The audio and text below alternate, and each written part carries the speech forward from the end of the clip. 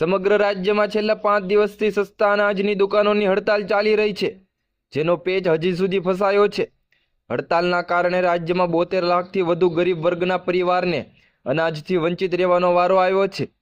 સરકાર અને all Gujarat fair price shop એસોસિએશનની બેઠકમાં સુખદ ઉકેલ નહીં આવતા આજે રાજ્યભરમાં સસ્તા અનાજના દુકાનદારો દ્વારા આવેદન પાઠવવામાં આવ્યું છે।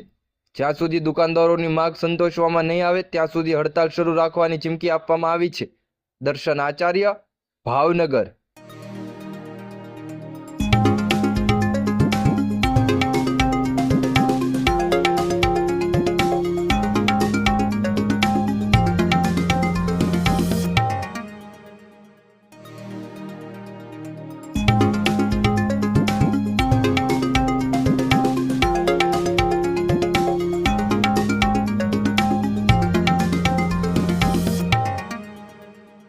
ગુજરાત સરકાર પાસે અમારી 3 મુખ્ય માગણી છે। તેની અંદર 20,000 મિનિમમ કમિશનની અંદર 97% વિતરણ ઘટ, મિનિમમ કમિશનને પોષણક્ષમ કમિશનની અંદર વધારો અને 1% વિતરણ ઘટ બાબતની અમારી આ 3 માગણી માગે છે। ગત 3 ઓક્ટોબરના રોજ માનનીય નિયામકશ્રી અને માનનીય સચિવશ્રી સાથે 2 બેઠકનો દોર એસોસિએશન દ્વારા ચલાવવામાં આવ્યો હતો। આ દોરની અંદર ક્યાંક ને ક્યાંક થોડી મળાગાંઠ છે, થોડીક અસમજણ છે, એના હિસાબે થઈ અને અમારી હડતાલ છે એ આજે 5મા દિવસે પ્રવેશી છે અને 5મા દિવસથી આ ગુજરાત સમગ્ર ગુજરાતની અંદર લોકો છે એ રેશનથી વંચિત છે।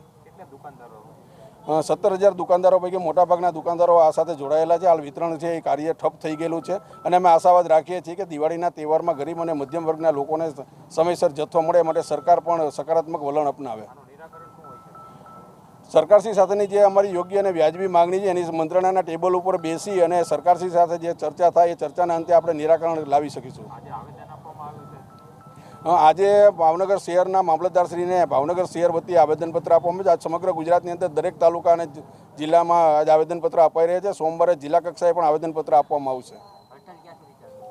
હડતાલ ચોક્કસ મુદત સુધીની છે। સરકાર સાથે જ્યારે બેઠક પૂર્ણ થશે અને સુખદ અંત આવશે એટલે અમે અમારી છે એ આ આંદોલન છે, હડતાલ નથી, આ અસહકાર આંદોલન છે। અસહકાર આંદોલનની અંદર અમે સરકારને અત્યારે તહેવારના સમયમાં અસહકાર કરી રહ્યા છીએ એટલે સહકાર કરી અને વિતરણ પૂર્ણ કરશું।